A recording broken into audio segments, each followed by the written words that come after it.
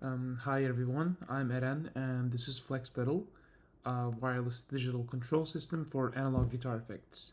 And this is my presentation to update for E31007.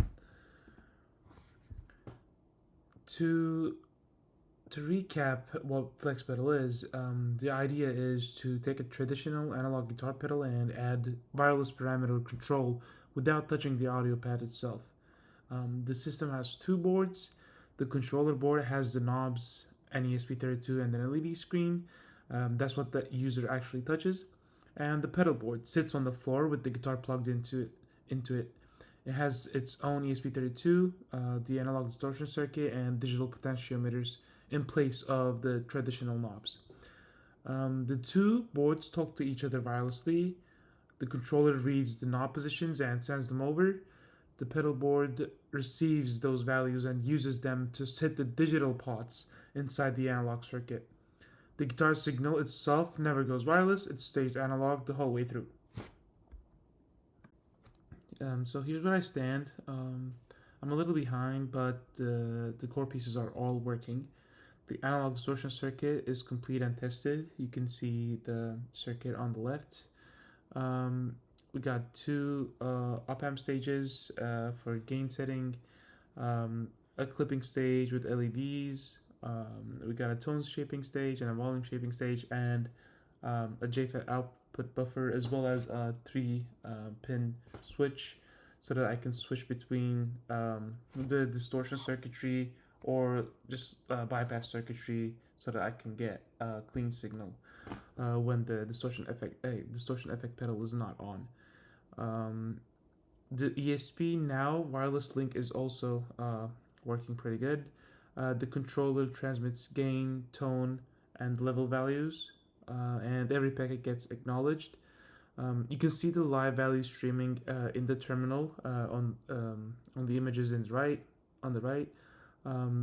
The ADC pipeline is clean too, so I'm averaging 8 samples and applying 15 plus or minus 15 deadband to kill jitter, and mapping the 12-bit ADC values that I read from the ESP on the right, from these three analog knobs, and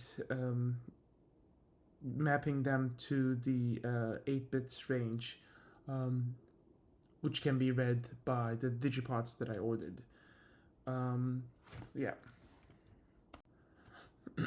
Now here's where I got stuck. Actually, like integrating the digipots into the analog circuitry. I'm using the MCP41 digital potentiometers, which are SPI controlled with 256 step value.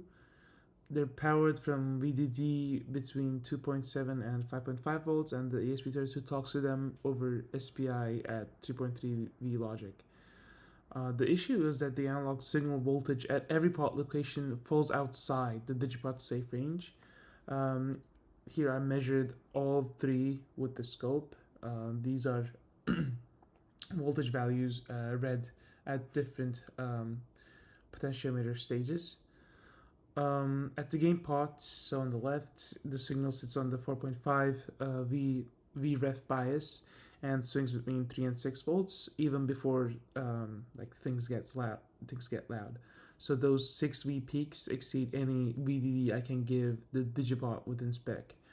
And at the tone and level pots, middle and the right scopes, the signal is AC coupled to ground, so it crosses 0 and goes negative. That violates VSS on the bottom side, and the issue is that even biasing can fully fix this because I before buying these digipots, I was assuming that biasing would fix any issues, because I knew the gain pot was sitting at 4.5 reference voltage. But biasing only shifts the signal inside the existing VSS to VDD window. It doesn't let me move VSS or VDD themselves. So VSS is hard tied to ground because it has to share the ESP32's ground reference, and VDD is capped at 5.5.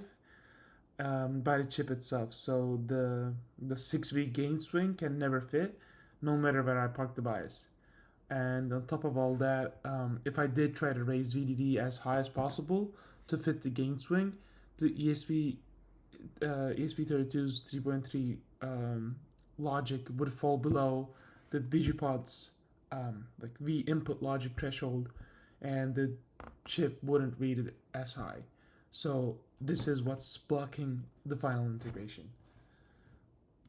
One thing I learned working through this, and it took me a while to internalize, is that in a Digipod, the analog signal path and the digital control path are completely independent. The analog terminals just have to stay within VSS to VDD, but I can bias the signal anywhere in that window. The digital pins only care about logic levels relative to VDD. The two sides share ground, but otherwise they don't constrain each other at all. That means I can fix the audio bias problem without changing anything about how the ESP32 talks to the chip. So I had 2 new interviews since the last presentation. First one is Eitan Saya. He's a third year mechanical engineering here. He said that wireless control would make the pedal much easier to adjust during live performance, and that keeping the audio path analog helps preserve traditional pedal tone, and that separating the controller from the pedal itself improves usability on a crowded stage. And Daniel Kilolu, who's a 4th year mechanical engineering student here, thought the analog digital hybrid design is practical and worth pursuing. He suggested future versions could support multiple effects, and that presets or shared control knob would make the pedal more flexible for advanced users. And here are my questions. The first one is obviously about the Digipod integration, and since I'm not sure how well I explain the problem, I just gave you guys a couple options you can choose from. So option 1 is rebiasing the audio at the Digipod location with coupling capacitors and bias resistors so the signal sits at mid-rail. Option 2 is using the Digipod purely as a DC control source. So it generates a control voltage that drives a JFET as a voltage controlled resistor, and the audio never touches the chip. And option 3 is swapping to a higher voltage or dual supply Digipod, which costs more and requires a negative rail. And my second question is on the foot switch. Right now it's a simple bypass to distortion effect selector. Should it stay that way or become a full effect selector for distortion, delay, and any other like future effects with bypass handled separately? The trade-off is simplicity versus fewer foot switches on a crowded board. So yeah, these were my questions, and thank you for watching. I'd love to hear your thoughts on either of these.